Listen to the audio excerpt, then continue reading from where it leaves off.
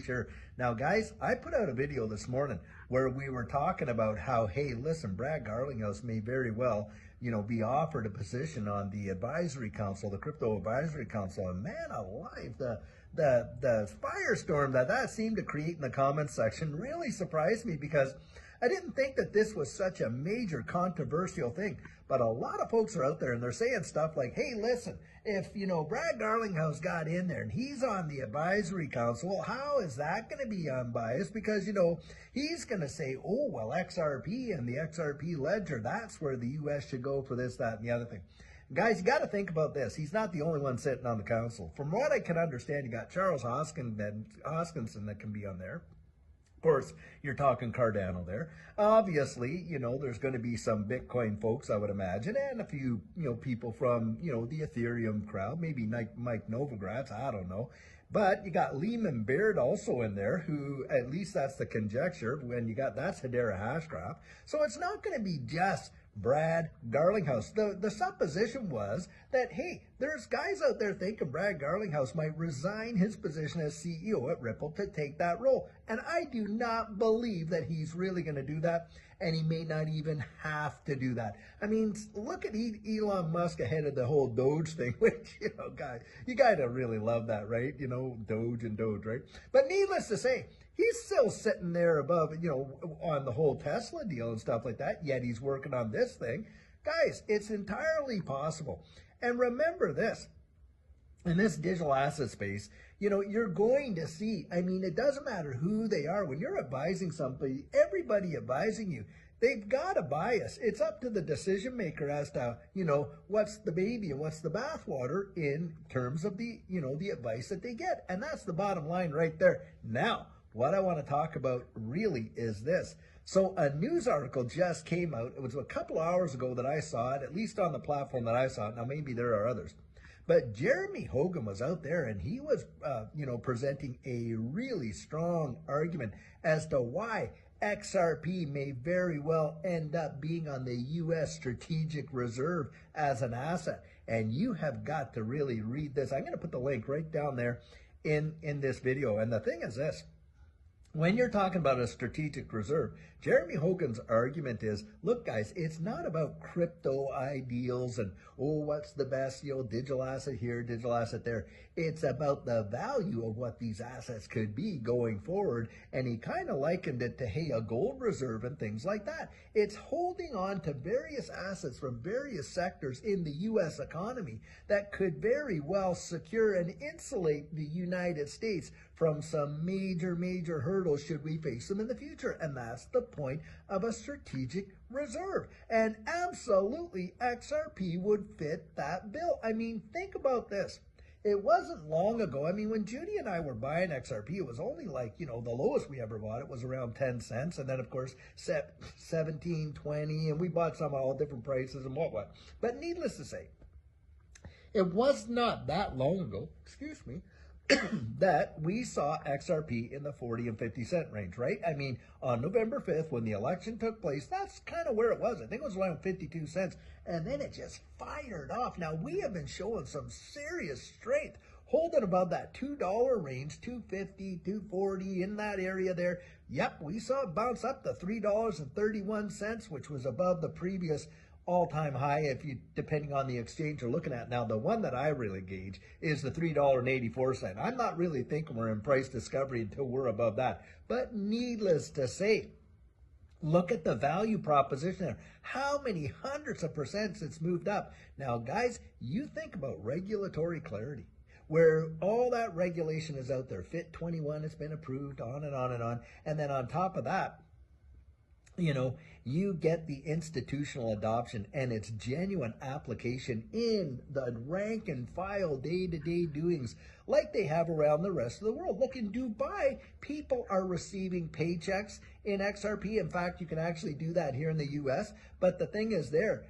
all the very merchants and things like that, they are also able to accept it as a form of payment. Now that is massive.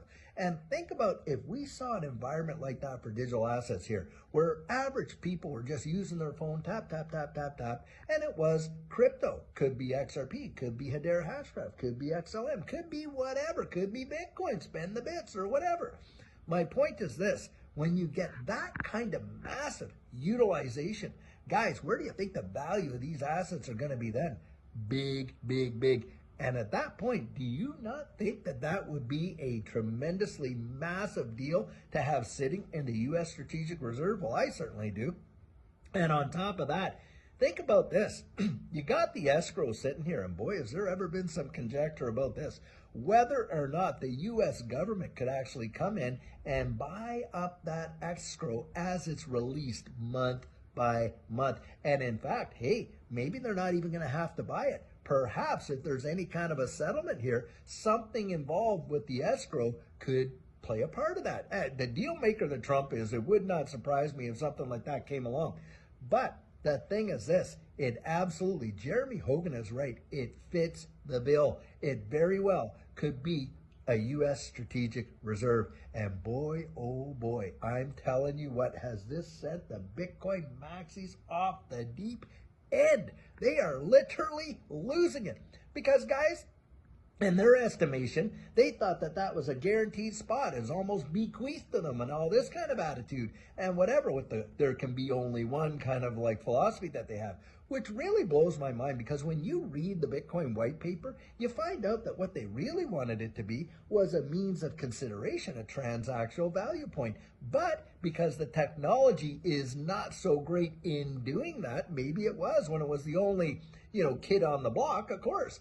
But now that it's not, what's the narrative? Oh, well, it's a store of value. It's a store of value. It's digital gold. It's all that. That is not what the white paper intended for Bitcoin to be. It did not intend it to get the designation of digital gold and be the only store of value that there is. Now, I'm not against Bitcoin. In fact, I think it's phenomenal.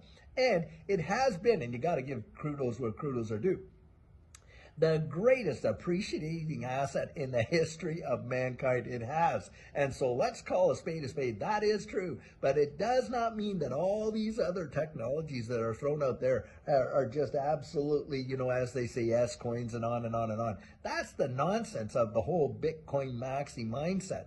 They just they got their blinders on, and they're really, really missing it. And in my estimation, guys, we all should be advocating to see these digital assets form a major, major bite in a U.S. strategic reserve going forward, because, guys, that's where the future is. And we want to get there together. Now, of course, not all the 30,000+ of them are going to get through the door. Same thing as when we were dealing with the advent of the internet. I mean, come on, remember the dot-com bubbles, of those of us that had lived through that? I mean, you had websites, just the domain name alone was worth millions of dollars, and people were speculating on that. It shows you how little they understood about the space. Now, yeah, you got your winners that came out of that and your survivors.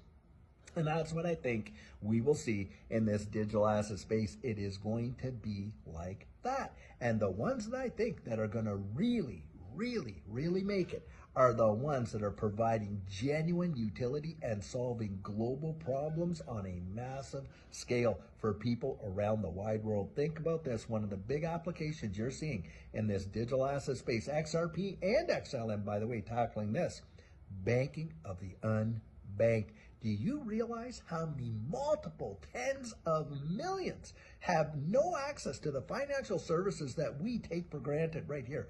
A lot. I mean, it is crazy. And that is an untapped resource that the banking sector has been salivating over for years, but having no mechanism to bring it to reality. Well, now they do. And guys, I'm going to tell you something.